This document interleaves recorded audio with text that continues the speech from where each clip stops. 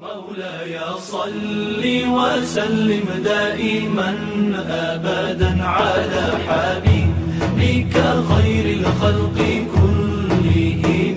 مولاي صل وسلم دائما أبدا على بسم الله الرحمن الرحيم.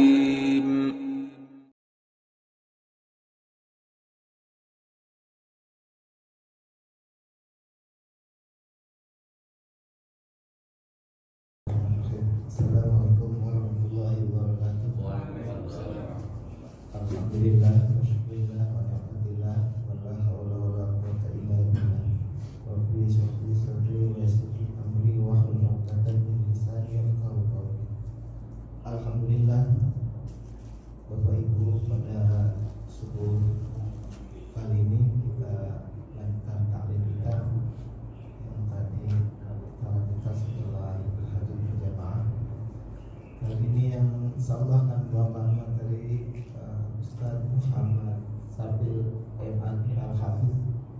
Alhamdulillah telah hadir di tengah-tengah kita, yang akan membawakan materi Muharram. Semoga kajian kali ini dapat bermanfaat bagi kita, dan nanti setelah kajian insyaallah kita adakan sesi untuk tanya jawab ya, sekitar 15 menit. Mungkin itu saja untuk waktu dan tempat kami persilakan. Assalamualaikum warahmatullahi wabarakatuh. Bismillahirrahmanirrahim. Assalamualaikum warahmatullahi wabarakatuh. Alhamdulillahirabbil alamin wa bihi nasta'in ala umuri dunya waddin. Allahumma shalli ala sayyidina Muhammadin wa ala alihi wa sahbihi ajma'in, wa ba'd. Yang saya hormati Ketua Takmir Masjid At-Taqwa Bapak Herman, kemudian struktur yang tentunya tidak bisa saya sebutkan satu persatu. Terima kasih kepada MC yang sudah berkenan memberikan waktu untuk kajian atau ta'lim pada subuh hari ini. Ya baik, insyaallah kajian ta'lim kita pada subuh hari ini, karena kita masih berada di bulan Muharram, insyaallah kita akan bahas sedikit tentunya yang berkaitan dengan Muharram. Baik para hadirin jamaah Masjid At-Taqwa yang dirahmati Allah Subhanahu wa taala, segala puji bagi Allah Subhanahu wa taala. Tak lupa pula kita berselawat kepada baginda Nabi Muhammad SAW yang telah berjuang memperjuangkan Islam sehingga menyebar dan sampailah kepada kita. Baik para jamaah yang dirahmati Allah Subhanahu wa taala, tentu dalam Al-Qur'an sudah mengatur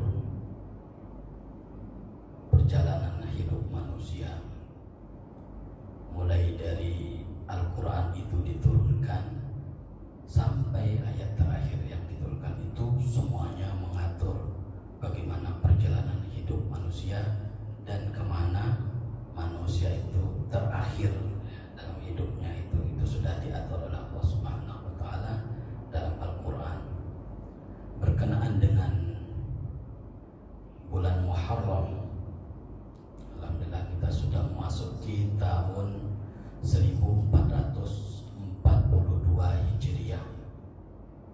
Ini kilas balik sebenarnya dari perjalanan dakwah Nabi Muhammad SAW. Tahun Hijriah itu tahunnya atau kalendernya umat Islam yang kalau kita katakan hampir 50% di antara umat Islam lupa dengan kalender Hijriah ini.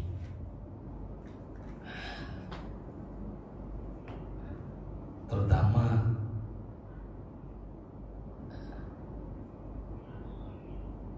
tentang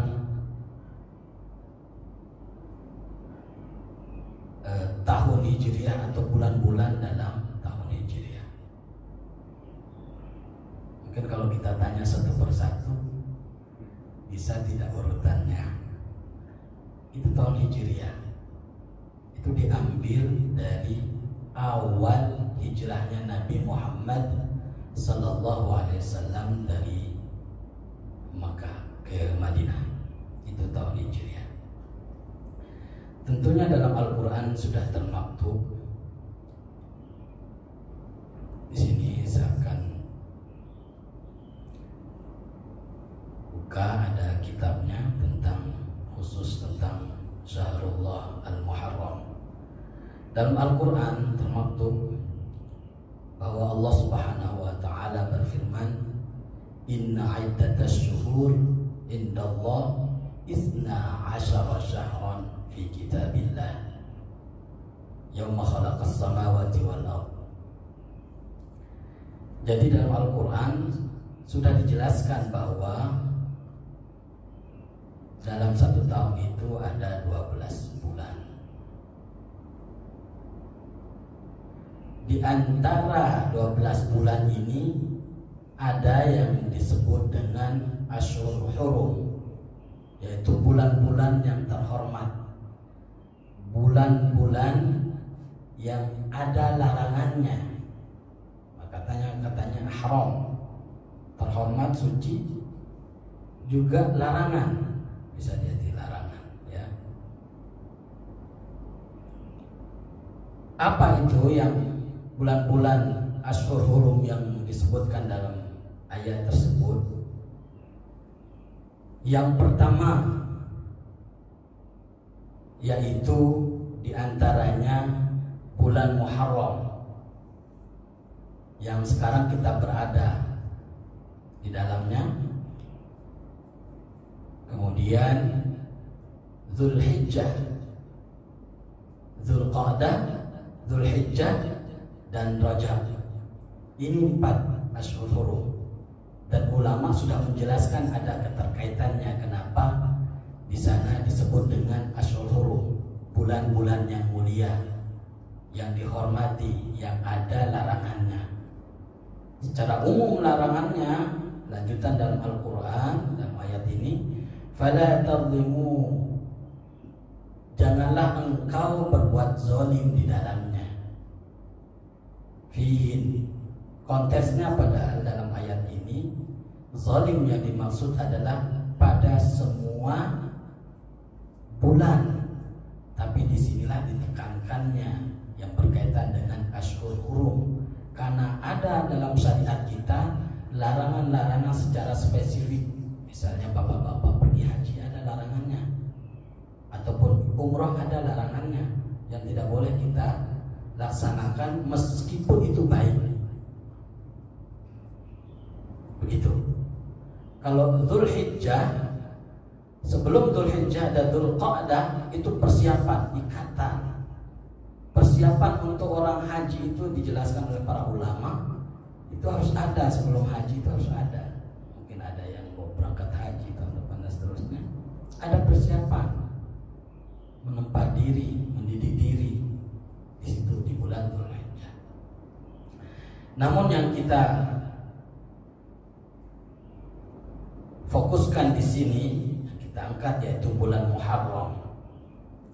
Bulan Muharram yaitu bulan pertama dalam kalender Islam, kalender Hijriah. Itu sudah disepakati oleh Utsman bin Affan sebagai awal bulan dari tahun Hijriah, yaitu bulan Muharram.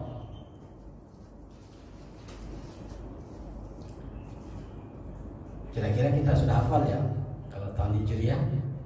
Muharram, Safar, Rabiul Awal, Rabiul Akhir atau Tsani, Jumadil Awal, Jumadil Tsani, Rajab, Sya'ban,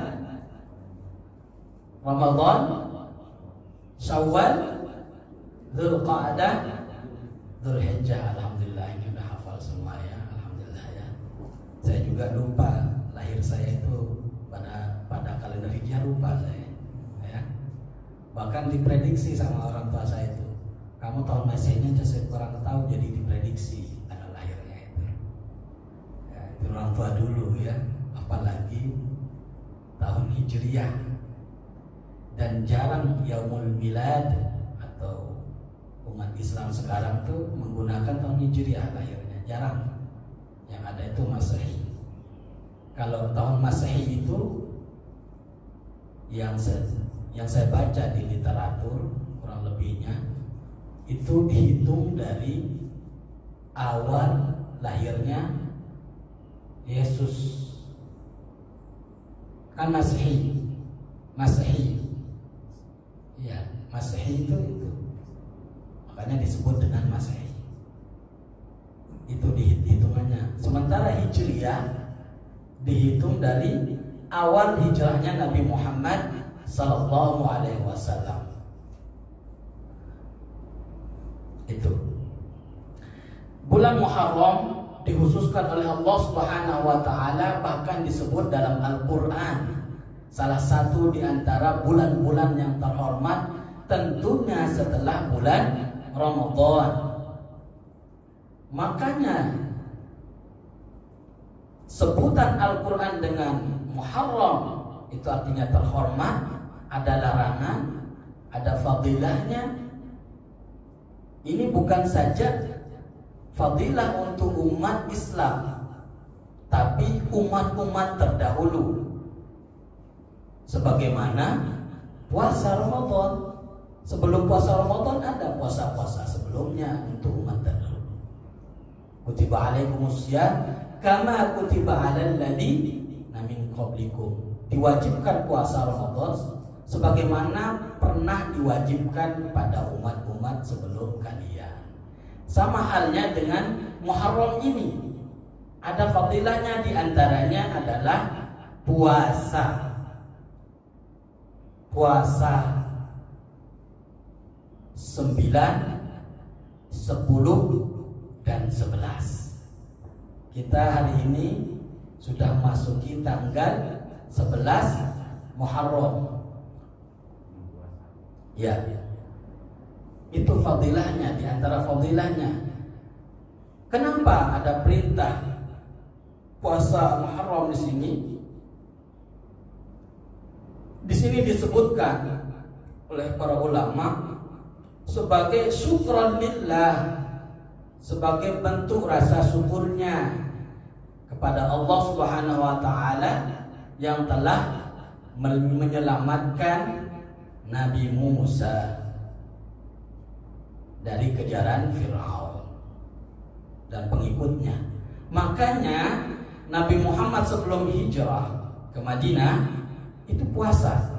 Bahkan orang-orang jahiliyah juga puasa. Ya, itu bandingannya. Saking keutamaannya, orang jahiliyah pun puasa. Puasa bukan karena perintah Allah, tapi memang sudah menjadi budaya untuk menghormati itu. Sejarahnya. Oleh sebab itu ketika Nabi Muhammad SAW hijrah ke Madinah, melihat orang Yahudi juga puasa pada tanggal 10, diceritakan dalam sebuah hadis, "Mahadza? Ini apa? Oh, kami puasa tanggal 10 takriman untuk menghormati, syukran lillah, berasa syukur pada Allah yang telah menyelamatkan Nabi Musa alaihissalam." Nah, begitu. Jadi Nabi Muhammad sebelumnya puasa bukan atas kebiasaan orang Yahudi, tapi atas perintah Allah Subhanahu wa taala. Makanya setelah mendengar laporan dan melihat laporan dari para sahabat bahwa tanggal 10 Muharram itu ternyata orang Yahudi juga berpuasa, maka Nabi Muhammad melanjutkan sabdanya, oke, kalau gitu fisanatil muqbilah, maka tahun yang akan datang sunnah at-tasua, kita akan berpuasa hari ke-9-nya.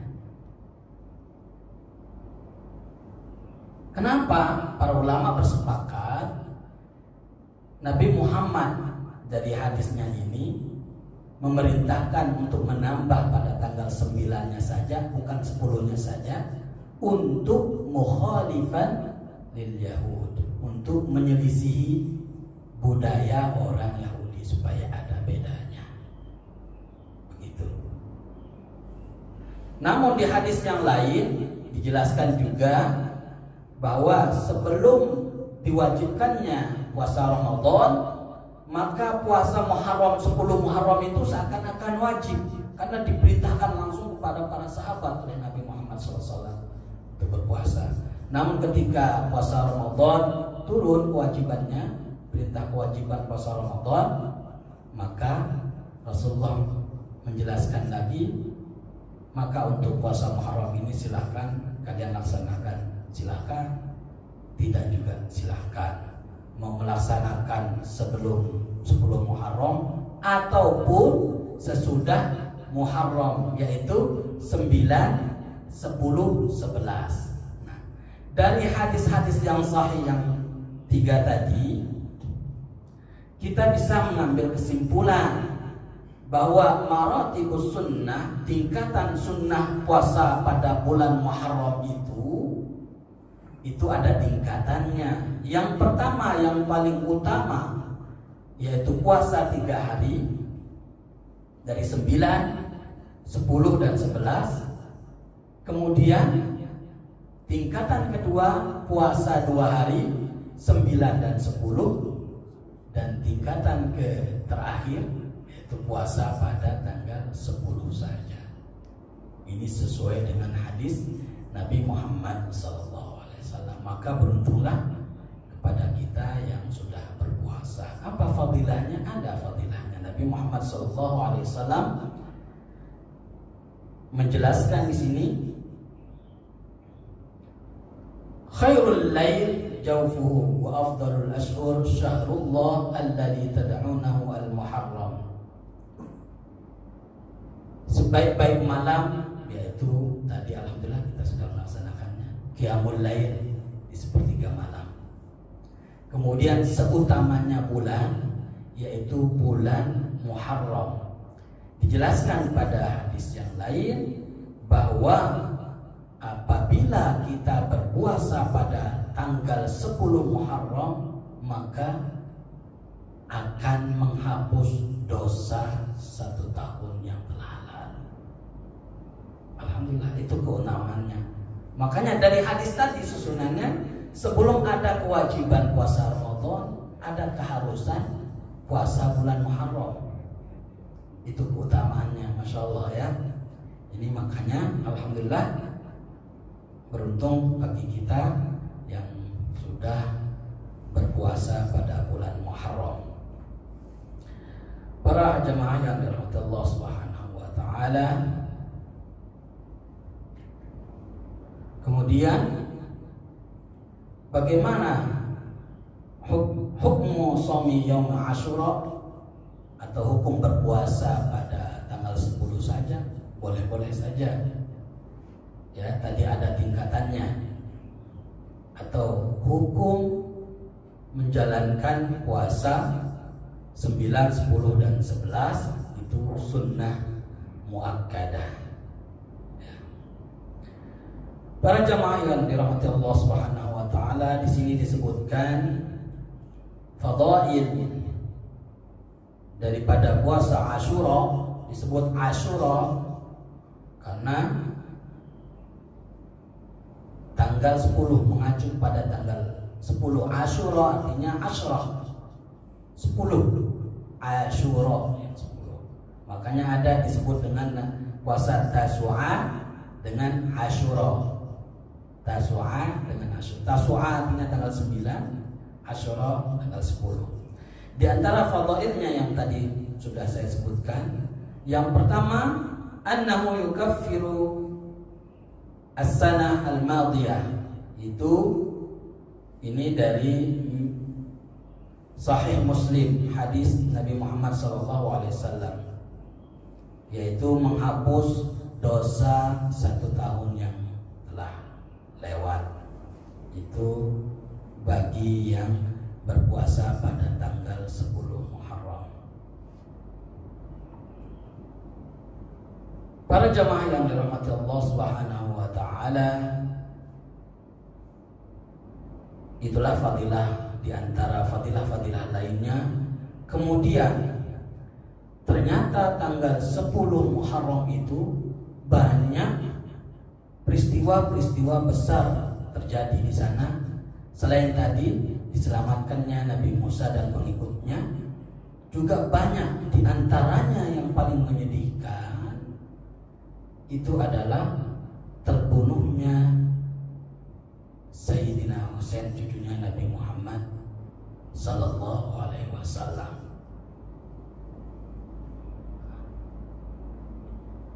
Dalam sejarah disebutkan tentu terbunuhnya cucunya Nabi Muhammad ini dengan kondisi yang sangat mengenaskan, dan ini terjadi istilahnya perbedaan ya.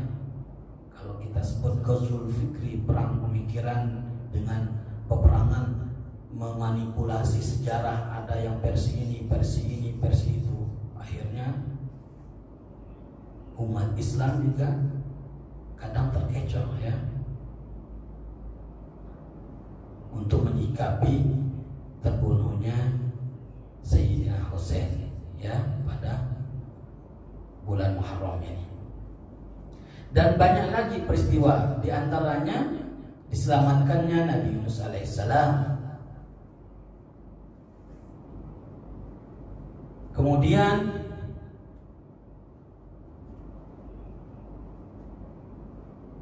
apa saja fadilah-fadilah yang sering kita dengar, namun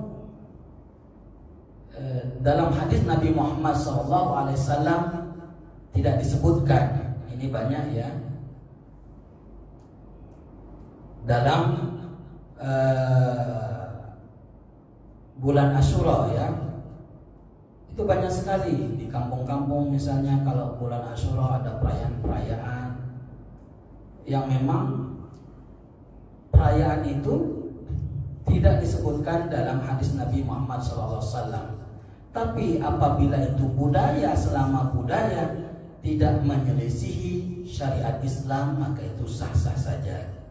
Di sini banyak disebutkan, misalnya pada bulan Muharram, misalnya ya, di sini disebutkan oleh Syekh Al-Islam Ibnu Taimiyah perkara-perkara yang sering terjadi ketika menyambut bulan Muharram, yaitu diantaranya misalnya iktihal, apa istilahnya, celah ya, memperbanyak ini, kemudian memperbanyak silaturahim, memperbanyak sedekah, dan seterusnya, banyak lagi. Padahal itu misalnya dalam sedekah itu sah-sah saja karena tidak terikat oleh waktu. Kalau sedekah tidak terikat oleh waktu, ibadah yang tidak terikat oleh waktu. Jadi sedekahnya entah di ketika bulan Muharram atau di luar bulan Muharram. Nah, ini banyak hal-hal yang memang menyebar di kalangan kita tentang hadis-hadis palsu tentang fadilah bulan Muharram, itu banyak. Namun tadi sudah kita jelaskan, itulah salah satu keutamaan yang paling utama dari bulan Muharram tadi ya. Selain itu, misalnya ketika memberikan di bulan Muharram tanggal 9 atau 10 kita harus mandi malamnya. Nah itu mandi bagi Asyura, itu itu tidak ada tuntunannya. Kemudian memperbanyak ziarah, kemudian memperbanyak ibadah, sebenarnya bagus, tapi tidak muaqqatan, tidak terkait atau terhubung oleh waktu masalah ibadah ini. Ya, terserah mau ibadahnya di bulan Muharram diperbanyak ataupun juga bisa di luar bulan Muharram. Jamaah yang dirahmati Allah Subhanahu wa taala, ini banyak sekali sebenarnya, tapi itu kesimpulan-kesimpulan yang bisa saya sampaikan. Kemudian yang terakhir, durus wa ibar ma'khudatun min hadzal yaum. Pelajaran apa sih yang bisa kita ambil? Hikmah apa yang bisa kita ambil dari bulan Muharram, khususnya tanggal 10 atau yang kita sebut dengan Asyura? Yang pertama adalah urgensi rasa syukur kita. Bagaimana kita bersyukur kepada peristiwa-peristiwa besar yang dulu pernah terjadi. Contohnya adalah diselamatkannya Nabi Musa alaihissalam. Tentu kalau kita kontekstualkan, ini menjadi titik balik. Ketika Allah memberikan kita kenikmatan yang lebih, maka tentu harus kita bersyukur. Namun ketika Allah Subhanahu wa taala memberikan apa yang tidak kita inginkan, juga harus bersyukur. Ajaban li amril mu'min in asabatu darra sabra fasyakara fakana khairul lah, wa in asabatu darra fasabara fakana khairul lah. Jadi peristiwa seorang mukmin, kejadian-kejadian yang menimpa seorang mukmin itu sangat istimewa dalam Islam. Ketika Allah berikan kelebihan, kemudian dia bersyukur atas nikmat yang diberikan oleh Allah, maka itu paling baik untuk dia. Namun sebaliknya, apabila diberikan kesedihan, kesusahan, kehimpitan dalam hidup, tapi dia berlapang dada, bersabar, fakana khairul lah, maka itu juga terbaik. Dalam konteks hadis ini redaksinya sama. Baik itu yang kaya, kalau kita bahasakan dengan sekarang, kaya dengan miskin, yang penting cara mensikapinya, ujungnya sama. Fakana khairul lah, itu yang terbaik buat dia. Begitulah di sini diajarkan dalam bulan Muharram, khususnya tanggal 10 ini, Asyura. Yang pertama yaitu bagaimana kita selalu mengokohkan dalam diri kita itu rasa syukur ketika Allah Subhanahu wa taala memberikan kenikmatan. Dalam konteks ini yaitu kisah diselamatkannya Nabi Musa dan pengikutnya dari kejaran Firaun. Kemudian yang kedua, al-farhu bi nasrillahi lil mu'minin. Ini sama, yaitu bergembira, bersenang ria dengan pertolongan Allah Subhanahu wa taala yang diberikan kepada orang-orang mukmin. Ya. Ini tadi bersyukur, kemudian sekarang berbahagia. Yang ketiga, pelajaran yang bisa kita ambil dari bulan Muharram, khususnya tanggal 9, 10, 11, azmu ibadatis shaum, keutamaan daripada ibadah shaum itu sendiri. Ini jelas, hadisnya jelas. Ya, itu keutamaannya sangat tinggi, sangat besar.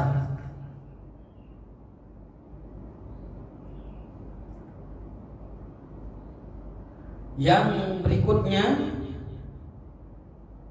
kuwatul iman. Ini untuk mengokohkan keimanan kita. Tentu segala apa yang kita perbuat, terutama dalam bulan Muharram ini, semakin kita tingkatkan.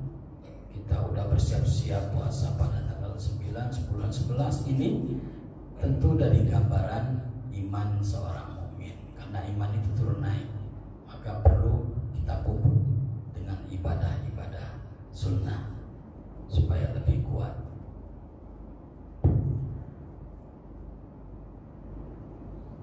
Baik para hadirin jamaah yang dirahmati Allah Subhanahu wa taala, itulah di antara pelajaran-pelajaran atau hikmah yang bisa kita ambil pada bulan Muharram. Kalau kita kaji buku atau literatur, banyak sekali fadilahnya, kisah-kisahnya banyak.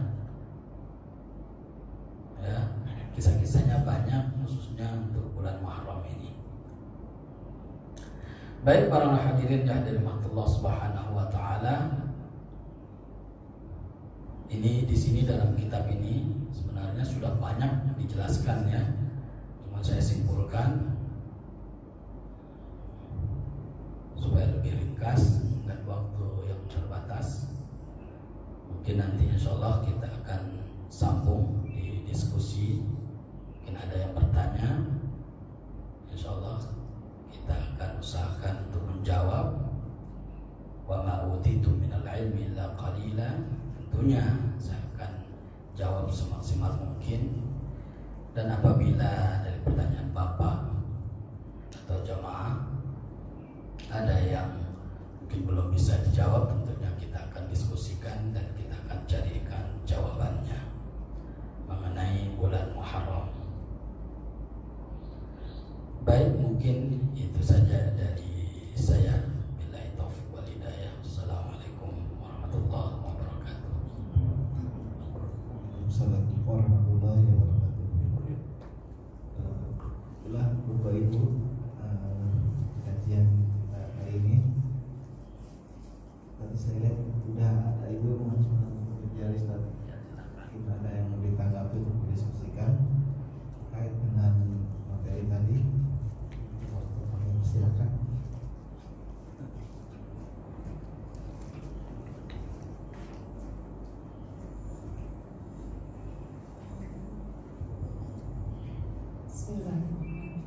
Assalamualaikum warahmatullahi wabarakatuh. Waalaikumsalam warahmatullahi wabarakatuh. Untuk fadilah pada bulan Muharram, kebanyakan atau yang memang rasanya rutin ya yang kita lakukan pada 10 Muharram itu ada istilah lebaran anak yatim. Yang insya Allah sih memang entah itu ada dalam suratnya dalam yang tadi atau bukan tradisi, mudah-mudahan Pak ya. Hanya itu saja mungkin yang saya tanyakan, apakah itu juga termasuk salah satu fadilah di bulan Muharram. Baik. Assalamualaikum warahmatullahi wabarakatuh. Waalaikumsalam. Tanggapi dulu atau ada yang lain? Silakan yang lain dulu. Harus yang menanyakan dulu. Mungkin dari saya Pak ya. Ya, silakan. Saya bukan Muharramnya terkait artinya bulan-bulan Hijriah ya. Penamaan di bulan Hijriah. Kalau ada kan kalau kita misalnya Rabiul Awal kan, kalau saya pernah dengar kalau di tempat saya orang bilangnya Maulud gitu ya, Sawal, Hafid, Haji, Muharram gitu ya.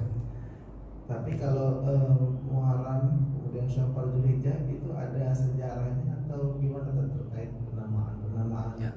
bulan di tahun Hijriah? Mungkin itu saja dari saya. Terkait penamaannya saja, akun dan sejarahnya sehingga namanya Dzulhijjah, Dzulqa'dah dan lain sebagainya.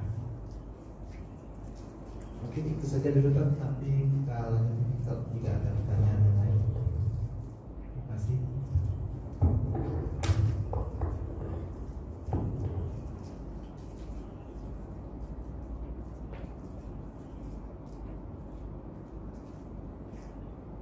Baik, bentar dulu saya cek.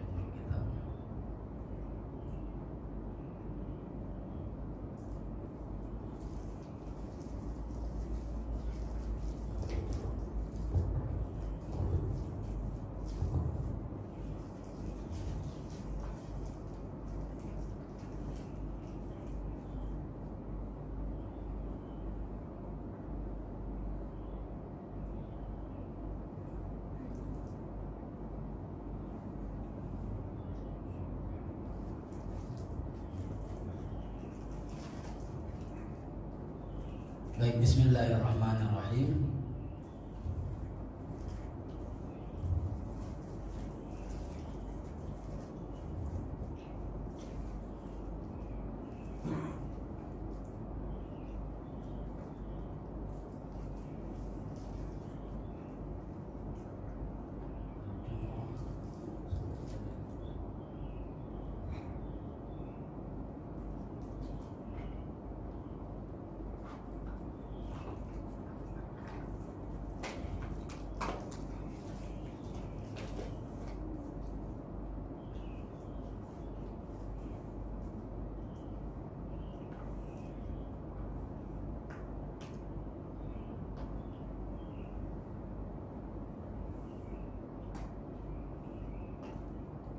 Untuk pertanyaan yang pertama, untuk berinfak kepada anak yatim memang ada dianjurkan ya, ada anjurannya, cuman secara umum tidak terikat dengan waktu. Ada anjurannya. Di bulan Muharram memang ada keterkaitannya dan itu ada hadisnya juga. Cuman secara umum tidak terikat, tadi sudah kita jelaskan, dengan bulan Muharram ya.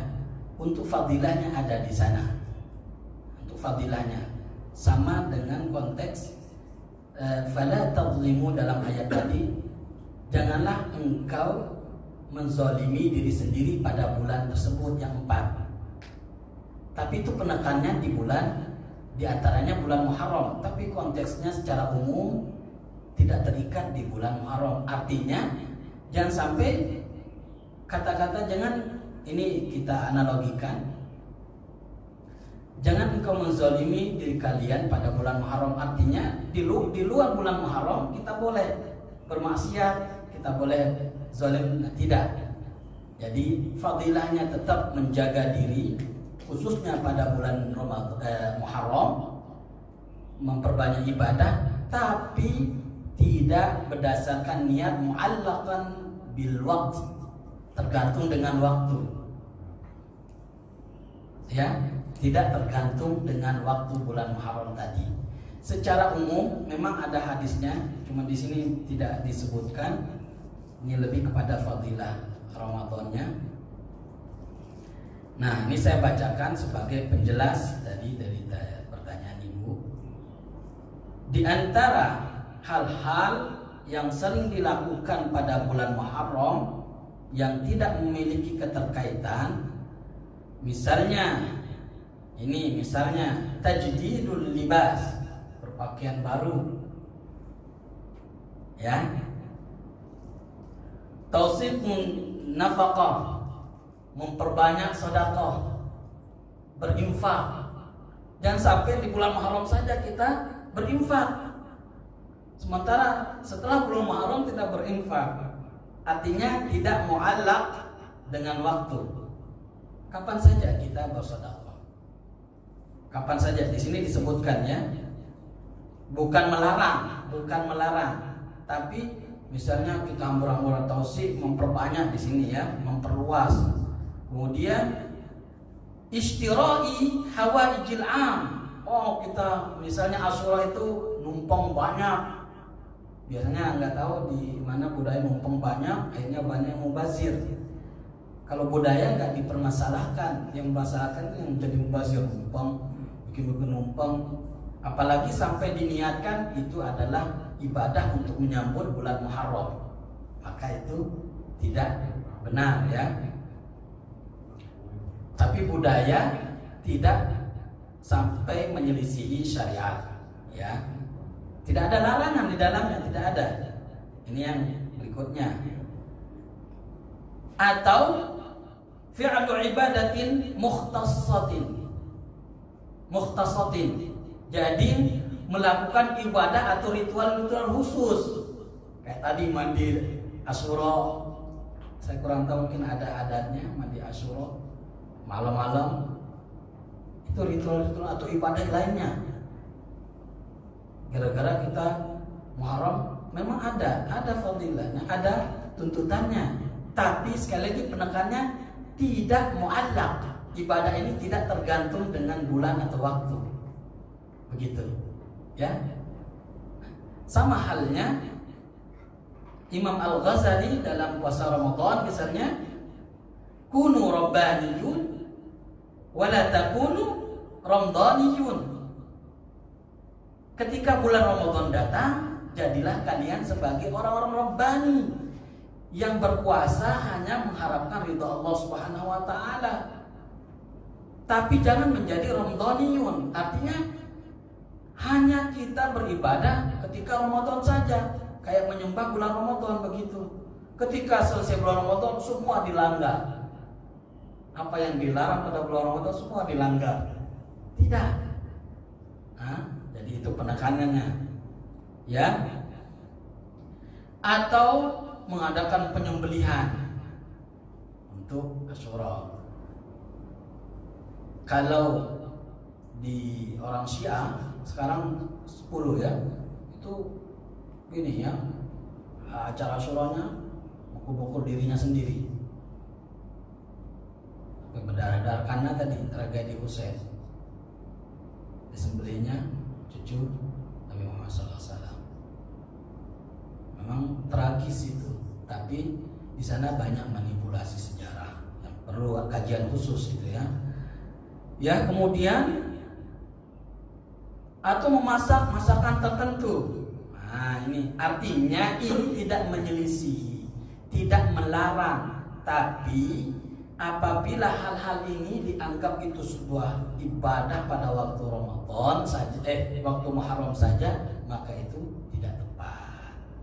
Karena ibadah tersebut tidak mu'allaq tergantung pada waktu, kecuali Ramadan ya. Tidak ada puasa Ramadan di luar bulan Ramadan, karena dia mu'allaq tergantung dengan bulan Ramadan, kecuali mungkin yang mengganti puasanya. Gitu. Ada ibadah namanya ibadah yang mu'allaq dengan waktu. Misalnya haji. Haji ada khusus bulannya. Makanya ada yang mengusulkan bisa nggak haji di luar bulan itu. Yang itu ya. Hadisnya ada. Cuma mungkin perlu dikaji hadisnya tingkat ininya, anjurannya ya. Kemudian yang kedua dari kurang lebih begitu Bu ya. Anjuran banyak, yang bertebaran banyak itu. Mari kita infak untuk memberikan santunan kepada anak yatim. Tapi jangan sampai di bulan itu saja, itu maksudnya, setelah itu nggak ada. Nah ini yang mungkin kurang tepat ya. Boleh saja terserah mau di bulan Muharram atau di luar bulan Muharram. Selanjutnya tadi penamaan tentu ada latar belakangnya ya. Dzulhijjah dari hujjah haji. Muharram tadi karena ada penghormatan, ada tragedi dan seterusnya. Kemudian Dzulqa'dah, kalau para mufassir di sini menjelaskan ada ikatan. Haji itu bulan Dzulhijjah ya. Ada Dzulqa'dah. Jadi ikatan untuk sebelum melaksanakan haji dijelaskan di sini harus menempa diri tadi yang saya jelaskan, qa'dah. Ya, mengikat diri dengan larangan-larangan tersebut. Bagaimana mempersiapkan mental, mempersiapkan fisik dan seterusnya sebelum berhaji. Dzulhijjah tentu ini terkait dengan pelaksanaan haji dan seterusnya. Itu ada penamaannya ya, ada sejarahnya. Itu diantaranya ya untuk bulan Muharram, Dzulhijjah dan Dzulqa'dah. Baik, mungkin itu saja kurang lebih yang bisa saya jawab. Ya. Gimana Ibu, ada yang cukup? Ada lain yang mau didiskusikan? Dan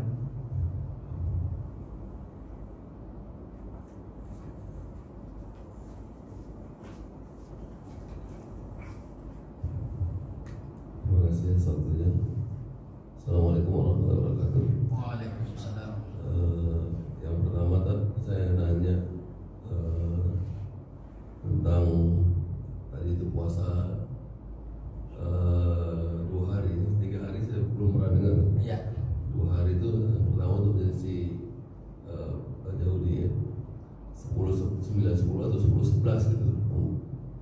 11 juga ada.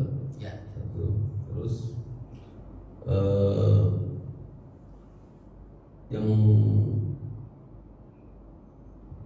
yang saya apa namanya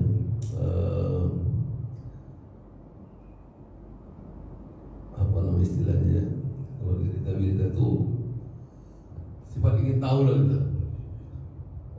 Kita kan umat muslim nih, terutama Indonesia cukup besar ya, sangat besar. Tapi penanggalan kita menggunakan Masehi gitu. Padahal Masehi tadi berkaitan dengan kelahiran Isa ya, Yesus tadi masih. Padahal sebelum itu tuh banyak lagi apa namanya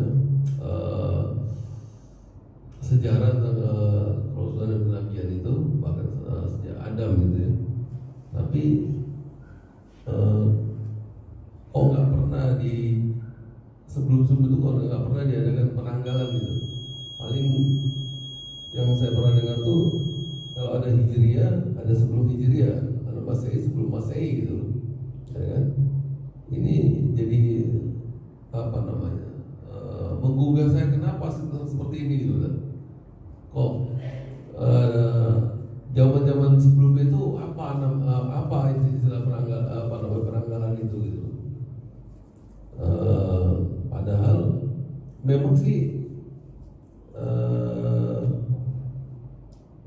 dalam Al-Quran, dalam surah Al-Isra saya nggak itu apalah, karena disebutkan kira-kira begini. Ada pergantian malam dan siang, terus ada batas-batasnya, terus kemudian disitulah kita mengetahui perhitungan hari-hari itu ya. Ya berapa itu? Kalau dibuka Al-Quran saya. Yang berapa Ustaz itu? Surat At-Taubah. Al-Isra. Yang mana? Yang ada di sini. Surat Al-Isra. Itu ada di situ tuh yang pergantian malam dan siang, tanda-tandanya gitu. Di situ kita mengenal berhitung gitu. Yang saya apa namanya rasa ingin tahu itu kenapa sih sebelum-sebelumnya tidak ada sistem yang dibuat gitu. Dan kemudian yang lebih penasaran lagi saya, kenapa kita yang notabene mayoritas ini, terutama di negara Islam tuh nggak menggunakan penanggalan Hijriah gitu. Bahkan saya tergelitik tadi itu Ustaz bilang Yaumil Milad itu berdasarkan tanggal lahir Ustaz itu apa namanya berdasarkan Hijriah gitu. Nanti saya misalnya konversi itu gampang ya hari sekarang dikonversikan gitu kan. Nah, jadi berapa tahun gitu tuh nggak tanggal Masehi lagi gitu kan. Yaumil Milad itu gitu. Jadi ini yang membuat penasaran. Padahal mestinya bukan mestinya, siapa namanya, idealnya gitu ya. Saya nggak tahu mestinya atau idealnya, tapi idealnya menurut saya Muslim itu mengenai hal-hal seperti ini harusnya sudah merupakan pengetahuan yang dasar gitu. Nah, pengetahuan dasar termasuk dengan puasa Asyura itu, Tasu'a tadi ya. Kenapa nggak sejak kecil itu ada apa namanya keilmuan tentang itu, atau dikatakan belajarnya di SD, walaupun SD umum gitu, nggak mesti pesantren gitu loh. Ya kan? Jadi supaya umat itu melek gitu loh. Bahkan terkadang ya alhamdulillah kita sudah dapat pengetahuan tentang itu. Terkadang mengenai Zulhijjahnya, 10 hari pertama Zulhijjah itu jadi ingat puasa, itu tidak ada yang menandingi hari tersebut gitu, dan seterusnya. Jadi ini yang rasa saya itu mau begini ya gitu, apa namanya Muslim itu sebegitu rendah ya tak gitu kan. Artinya hari aja kita nggak tahu gitu kan, kapan hari istimewa dalam Islam, 4 bulan utama, seterusnya itu. Ini tadi dulu kan. Terima kasih. Assalamualaikum warahmatullahi wabarakatuh. Baik. Tadi yang pertama tentang puasa ya. Yang 3 dan 2. Bismillahirrahmanirrahim. Jadi itu memang sudah ada hadisnya. Bulan Muharram tadi penekanannya, kalau tadi ibu nanya tentang sedekah, itu konteksnya umum. Hadisnya juga ada, ya. Barang siapa yang melapangkan, dia akan dilapangkan rezekinya dan seterusnya. Apalagi memberikan santunan anak yatim. Namun untuk puasa yang 3 hari ini, maka dia mu'allaq, dan itu ada hadisnya dan dijelaskan oleh Nabi Muhammad SAW dalam suatu riwayat, sumu yauman qablahu wa yauman ba'dahu. Berpuasalah kalian 1 hari sebelum tanggal Asyura 10 dan 1 hari sesudah Asyura tanggal 11. Berarti 9, 10, 11. Itu riwayatnya ya, dari hadis ini. Kemudian tingkatannya baru yang kedua, itu yang paling afdol 3 hari. Ini hari terakhir. Tapi kalau memang tidak mampu, jangan maksakan diri, ini sunnah. Maka tetap dapat afdolnya, yaitu 2 hari, 9, 10. Kenapa harus 2 hari? Mukhalifan lil Yahud. Para ulama bersepakat ini salah satunya menjelaskan untuk menyelisihi budaya orang Yahudi tadi. Makanya Rasulullah ketika hijrah ke Madinah itu terheran, "Mahada, kok kalian lakukan ini juga, puasa pada tanggal 10?" Makanya Nabi Muhammad langsung memerintahkan, insya Allah tahun depan kita akan puasa tanggal 9 lagi. Tapi Nabi Muhammad tidak melakukan karena sebelum sampai kepada Tasu'a beliau sudah wafat. Begitu. Ini hadisnya ada dan anjurannya ada, sehingga para ulama memberikan tingkatan dalam puasa ini. Yang paling afdol yaitu 3, atas dasar tadi riwayat 1, sumu yauman qablahu wa yauman ba'dahu. Boleh saja kita milih mau 2 atau 3. Afdolnya 3 dan 2. Ya, 10, 11 ada juga. 10, 11. 9 yang adanya 9, 10, 11 itu berturut-turut. Kemudian 9, 10 dan 10. 10, 11 ada. Enggak ada. Betul. Di sini mutatabi'an. Yang dianjurkan mutatabi'an artinya harus berurutan. Aduh, saya udah kelewatan, Ustaz. Saya baru tahu ini ada fadilahnya. Bagaimana dong? Maka di sini masuk, ini kan sunnah ya. Tapi kalau mau mengqadha, maka itu kewajiban darinya, harus diqadha. Tapi itu pun para ulama mazhab berbeda pendapat. Boleh mengqadha puasa yang fadilahnya tinggi, keutamaannya banyak, dengan syarat yang melaksanakannya dulu. Di tengah jalan ada tamunya dia akhirnya dia iftar ya, memutuskan puasanya, tidak kuat melanjutkan puasanya sampai maghrib, maka itu boleh niat qadha untuk mengambil keutamaannya. Maka itu nanti wajib hukumnya. Ya, sebagian ulama mengatakan wajib hukumnya mengqadha kalau sudah niat, tapi sebagian ulama lagi di Syafi'iyah karena ini memang sudah sunnah, maka sunnah walaupun ada niat untuk mengqadha. Begitu. Itu yang pertama ya, ada tuntutannya. Jadi mutatabi'an, harus berurutan. Atau mau pilih satu aja, Ustaz saya satu, maka tanggal 10 tadi. Tapi lebih afdolnya mukhalifan, atas dasar karena Nabi Muhammad tahu orang jahiliyah, orang Quraisy juga puasa tanggal 10. Ketika hijrah Madinah ternyata orang Yahudi juga puasa. Sama. Ana ahaqqu minkum, katanya. Sebenarnya kita umat Islam itu lebih berhak untuk merayakan puasa ini terhadap tadi syukran lillah, sebagai rasa syukur kita kepada Allah diselamatkannya Nabi Musa dan pengikutnya. Kita lebih berhak. Oleh sebab itu tahun depan kita akan puasa tanggal 9. Maka ulama menjelaskan dari hadis ini, oh ini tujuannya mukhalif, untuk menyelisih supaya tidak tasyabuh. Man tasyabbaha biqaumin kan gitu. Untuk menghindari tasyabuh, ada persamaan. Begitu. Tadi apa tadi? Masalah hijriah. Kenapa sering digunakan kita salah satunya? Itu udah, kalau udah sering digunakan udah beda lagi ya. Itu udah maksudnya permasalahan global. Itu kan maksudnya sebelum dan sesudah Masehi gitu ya. Itu tadi maksudnya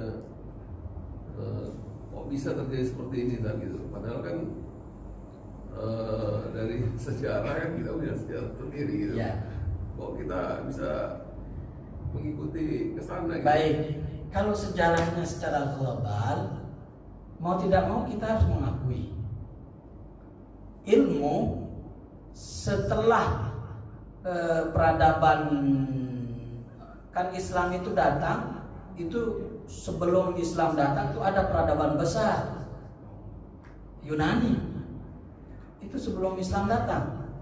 Makanya Islamlah yang mampu menafsirkan atau mengambil ilmu-ilmu dari Yunani.